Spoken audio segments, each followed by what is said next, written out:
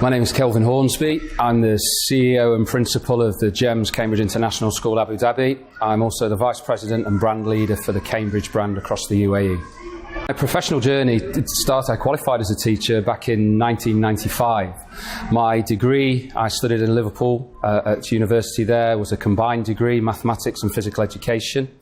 I then went on, I had a choice. It was either a master's degree in science in football or it was teaching. And I had some wonderful role models as a student. And the reason my degree was PE, I have a very big background in terms of sports participation. I had two wonderful PE teachers at primary and secondary school, and it appeared that they had the best job in the world. And working in sport was something, it was always an ambition of mine. Actually working in school and coaching, as I was doing throughout my degree course and at various football clubs, it was just a natural development. I then studied and completed my teacher training at Liverpool, at John Moores University, and started my teaching career in the northwest of England in Bolton. From that time, I then moved to the Midlands, where I became a head of boys PE. I then went on to be a head of PE the following year in Nottinghamshire. Throughout that period, I studied for my master's degree in educational management and completed that in 2001. I then moved from there into senior leadership within schools within the Nottinghamshire and Nottingham area. Working my way through the academies programme that started back in the UK in the mid-2000s. The school I was working at the time was one of the only two schools that became allowed to sponsor themselves in terms of taking on academy status. We then grew from one high-performing school to become a multi-academy trust, and I worked from assistant head teacher all the way through to education director with responsibility for 32 open academies. GEMS Cambridge International School is one of many schools that GEMS have over here in the UAE. The GEMS Global Education Management Systems, in terms of a step into the international domain, was the one and only step that I thought was appropriate. The organisation is the largest global provider, K-12, FS1 to year 13 if we're talking about the British system. And the investment in staff, the absolute vision of the chairman and founder, Mr. Sunny Varkey, is inspirational. Working with the likes of Sir Christopher Stone, the Global Chief Education Officer, my Senior Vice President, Mr. Brendan Law, the aspiration that is held from the highest levels for the children we have responsibility for is just embedded through everything that we do. The children are the most important people within the GEMS organisation, and certainly GEMS Cambridge International Abu Dhabi, and every decision we make, they are at the heart of it. And it was just the feel that you get for the school. We are a very large oversubscribed school, over 3,460 children. We've just opened for enrolments for 2019-20, and we're already significantly oversubscribed. The school is a large international community. We have 88 different nationalities of children and a very representative staff body of those nationalities as well. And we are a global organisation. Global citizenship is embedded all the way through. The community cohesion that you see here at the school, it's a very safe and exceptionally happy place for children and teachers and support staff to be involved in education and learning. Being an educationist and being in education it's the most rewarding job and profession that you could ever be in. Education is, as our chairman often says, the answer is education, no matter what the question. In terms of the social impact that education can have, in terms of global citizenship, in terms of world development, the youngsters as young as our FS2 children, for 4-year-olds, the future is in their hands. And what better way to ensure a brighter future for all of our children than being involved in it? The learning experience and continual learning experience, lifelong learning, has got me to where I am today, has afforded me some of the most wonderful opportunities that are out of this world. And it's about giving back. because having seen the impact, personally my journey, my parents were married very young at 17 and 18, and back in the UK I was brought up in a coalboard house and a council house. Education has absolutely changed my life. It's enabled me to go to sixth form college, university, travel the world, and enabled me to experience cultures, religions, politics, and really understand how the world has come to be the place that it is today. And you get to a point in your life where you just know that the children of today, these 4-year-olds, 5-, 6-year-olds, they have our future in their hands. And there is no better way of making sure that it's a safe future than helping them on their education journey.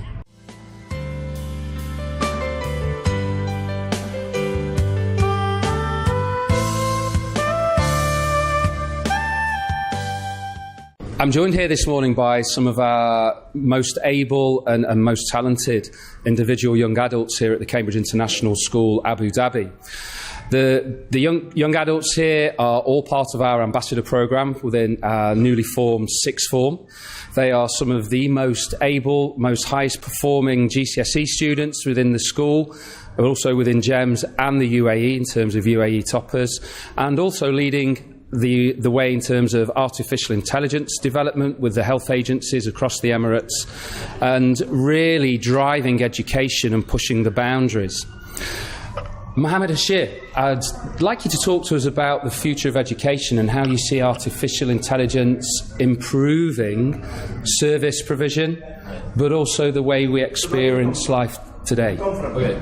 So, well, artificial intelligence, as we all know, is a big part of our daily lives in the environment and the world that we're moving towards. And I think in terms of education, it's important that us as students, as well as to our peers, are given opportunities to really experience what artificial intelligence is and the benefits and capabilities that it possesses. So I think that there's a lot of potential there. We are currently involved in a lot of business ventures with Abu Dhabi Health Authority, SEHA, Dubai Health Authority, and other competitions and events that are around the UAE in terms of allowing artificial intelligence to really become a part of something that we experience on a daily basis, as well as maybe something that we can more efficiently use in terms of education for the future of the school and so forth.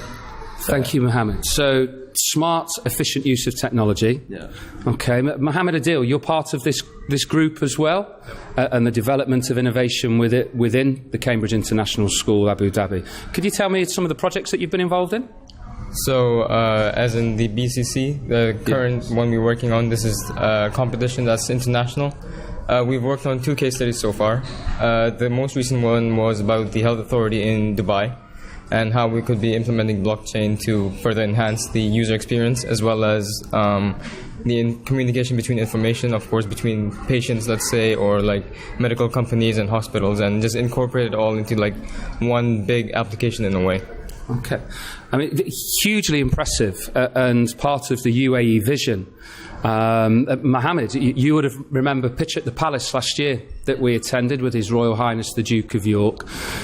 Could you tell me about your experience with artificial intelligence? We were fortunate enough to see some of the pitches by some of the most able-minded Emiratis that we have over here in the UAE. I vaguely remember, but I remember last year we went to the Duke of York's entrance. I remember the technology was very, very entertaining and stuff. It was very like shocked how this day and age, how what people have thought of and what they think of. I remember one of the examples were like thinking of for blind people and the stuff like this. You wouldn't think that people would think of all this stuff, but the intelligence, it shows how it's improving over the years and everything like that. And artificial intelligence is something that's going to really help in the future. Okay. So we can see a prime example there of how artificial intelligence is perhaps helping those adults of determination that perhaps aren't as able-bodied as the rest of us. If you're all here, you're all wonderful student leaders, and you're all part of the ambassador programme. Why is the vision within the UAE? Aya, the UAE leaders, okay, a wonderful country, only 47 years old. How has it made a difference to your life, and how is education in the UAE playing a part in your future? I mean, I've only been here for like 4 years of my life, but they've changed me and they've made me into the person I am today. And it's all because of the way the education here is. It's really amazing, the way they make everyone feel like they can achieve something, and it's all very inclusive, and it's such a multicultural environment, and that just adds up. Not just because of its like education as an academics, but also in like life in general. Okay, so thank you very much for that. We have education impacting on life in general, academics, global citizenship. Gracie, why are you so keen to be part of the leadership group here at Cambridge International? I'm very keen because it's a way to represent the people in our sixth form in a much more, because I feel like there's not a lot of Asians like standing up in our school, but I feel that this is the way we can represent it. That's why I wanted to stand up and say, oh yeah, I can be a student ambassador. Okay, so the voice of each individual student matters. Yes. And that's very, very, very clear. Look, Shana, what about yourself? I just feel like the students need to have a voice, and I feel like sometimes they can't exactly communicate as well with the teachers as like for students. So I want to be their voice, and I want to make changes according to them, and I want to just make a change and make their 2 last years amazing in CIA. Okay, so the years in CIA amazing. Would you, Imam, would you say as part of that leadership opportunity, do you feel that you're able to bridge the gap and be able to represent the voice of all of the students here at the school? I think CIA is all about the multicultural environment, so lots of students from different backgrounds coming together and standing as one voice. That's what CIA is to me. Okay, so one voice, 3,460 children and young adults as one voice. That's one heck of a vision. Okay, and it does take more than one leader to be able to create, to be able to get there. Moza, how do you see yourself making an impact regarding the one voice, bringing all of these different cultures and communities together? I would just like to be a link between students and teachers, and just be able to give back to this school, because this school has done so much and has contributed to the person that I am right now standing here, and I would just like to kind of enhance my leadership skills and bring everyone together and make sure that everyone has a great experience. Okay, thank you. It's very clear, speaking to all of you, your vision for the future, your participation in the future of education and service provision. Zoa, wonderful A-level results in the summer, okay, in some of the toughest subjects. What advice as a leader would you have for your younger peers within the school?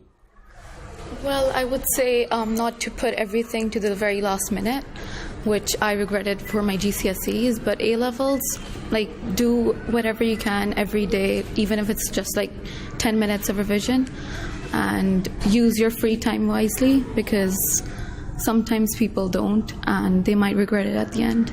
Okay, so time management, you've learned a lesson at the right point in time, and that lesson was well learnt. I mean, triple A's across the subjects that you had your results for in the summer. It is a wonderful achievement. Yusuf, okay, how do you see yourself being able to contribute to life at CAA, not just for the older young adults that we have in the school, the older students, but from those young ones down in FS2 that are only 4? Well, I have a little brother now, and he's in year 2. Okay. And I think just whenever he's studying or he's doing his homework, I try to help him with the homework, and I just try to see how he's coping with education in school, and how his life is within the school, not just academically, socially, if he's having fun. And if I see any of his friends as well, I also try to help them, give them any advice, and just make sure they're having a good time. Okay. I think certainly in terms of my vision, you use the word fun. Yeah. Okay. If you're happy and you're having fun whilst you're at school, the learning is far more enjoyable. Aditya, come on, you mix the academics with the athletics and the sports field, as Mohammed does as well. Could you tell me, you're just in year 12 now? Yeah. Okay. How are you going to impact with your leadership on the future of the children and the younger children who actually have your future in their hands as well?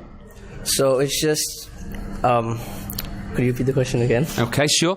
We're talking about how you are going to impact on the future of the younger children in the school. So I think I've already set an example up for many students. My sister and her friends, she's in year 2. They all know about me, about my sports and my academics. And she just talks to them about how I manage my studies and my cricket as well. I've had many friends from year 7 and 8 coming up to me asking me how I do what I do.